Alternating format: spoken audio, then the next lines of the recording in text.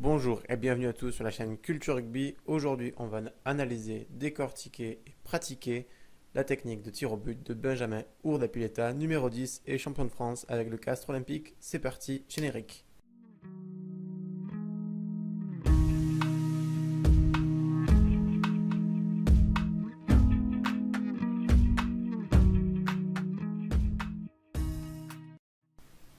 Donc nous allons décortiquer la technique de Benjamin Urdapilleta en plusieurs points. Le premier, ça va être la question d'outils et du matériel.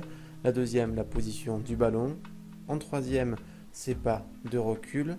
En 4, la posture et la routine.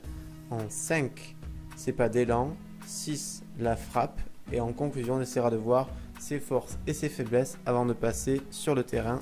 C'est parti.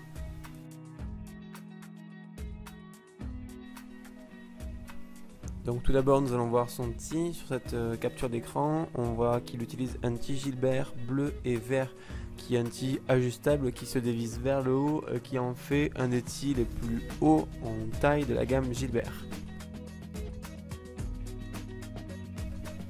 Deuxième capture d'écran pour remarquer que la position du ballon est très clairement vers l'avant avec une inclinaison de l'ordre environ de 45 degrés. Avec une vidéo de la finale, on va voir que Benjamin Urdapilleta prend 1, 2, 3, 4 et 5 petits pas directement en diagonale, ce qui fait qu'il se retrouve directement en position de buter et de prendre sa routine et ses repères.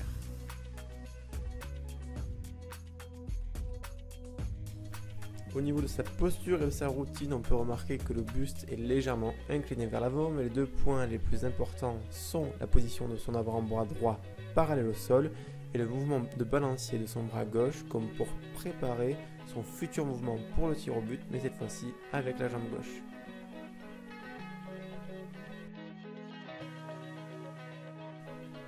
Pour son élan, il va se décaler d'un pas vers la droite, faussement reculer avec le pied gauche, avancer un tout petit peu avec le pied droit et deux grands pas. 1, 2 et c'est parti. Ce qui en fait un élan assez court et assez intense et dynamique.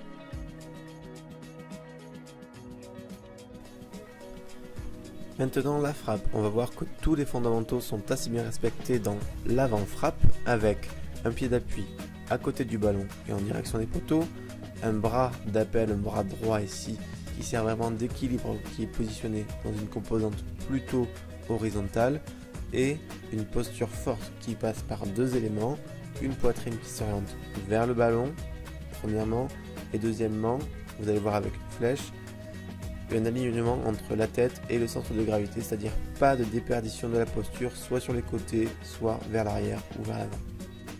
Par contre, on peut remarquer que le buste est d'ores et déjà tourné vers les poteaux de manière un peu trop rapide, que Urdapilleta a déjà la tête vers le ballon, il n'est pas resté tête basse dans son tir, ce qui peut être une erreur et on peut le remarquer ici avec une ligne d'épaule opposée par rapport à où elle devrait se positionner avec cette flèche-ci, tout en sachant que cette rotation excessive n'est pas souhaitable. Ici, elle donne un effet gauche-droite au ballon qui est assez bien maîtrisé, mais on va voir avec des images de la finale comment Urdapilleta a corrigé sa posture.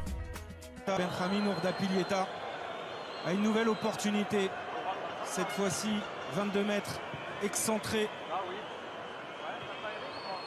pour le buteur du CO qui pourrait reprendre les commandes de cette finale après un quart d'heure de jeu.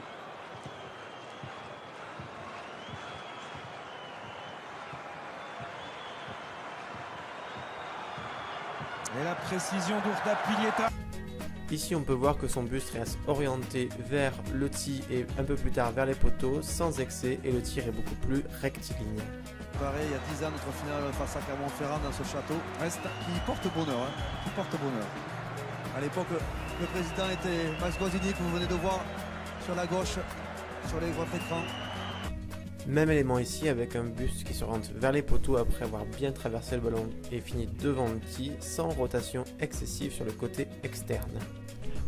Et le tir est beaucoup plus rectiligne. Nous avons donc vu les principales composantes de la technique de tir au but de Benjamin Urdapilleta. Nous nous retrouvons ensuite sur le terrain pour mettre tout ça en pratique et en image. C'est parti. Avec une rapide arrivée au stade, déballer le matériel. Comme d'habitude, on check la pression des ballons, on les regonfle un par un. Là, j'utilise une pompe à vélo car elle a un manomètre intégré avec la pression autant en barre qu'en PS6 qui me permet de mesurer très précisément la pression de chaque ballon. Avec un échauffement avec et sans ballon que je ne détaillerai pas ici car ça fera l'objet d'une vidéo complète tant il y a à dire. Il faut juste retenir que la qualité de votre échauffement conditionnera la qualité de votre séance. Donc nous nous retrouvons pour la première tentative 22 mètres face au poteau, les 5 petits pas de recul, la posture significative avec le bras balancier à gauche, 6 pas d'élan avant, 2 grands pas et une frappe en équilibre. Et ça passe pour ce tir assez simple. On se retrouve avec un deuxième tir toujours abordable, 28 mètres face au poteau, avec une concentration toujours aussi importante concernant la posture et les pas d'élan. Il faut savoir que la technique de Urda Pileta est assez éloignée de la mienne, tant au niveau des pas que du tir. On va se retrouver pour un dernier tir 40 mètres face au poteau. Donc il faut savoir que la posture et la technique peuvent se désorganiser sous l'effet de la distance. C'est pour ça que certains buteurs laissent le tir à des buteurs longue distance au-delà de 45 mètres. Là, c'est parti. Et on se retrouve ensuite pour une comparaison entre les deux techniques pour voir si ressemblance il y a.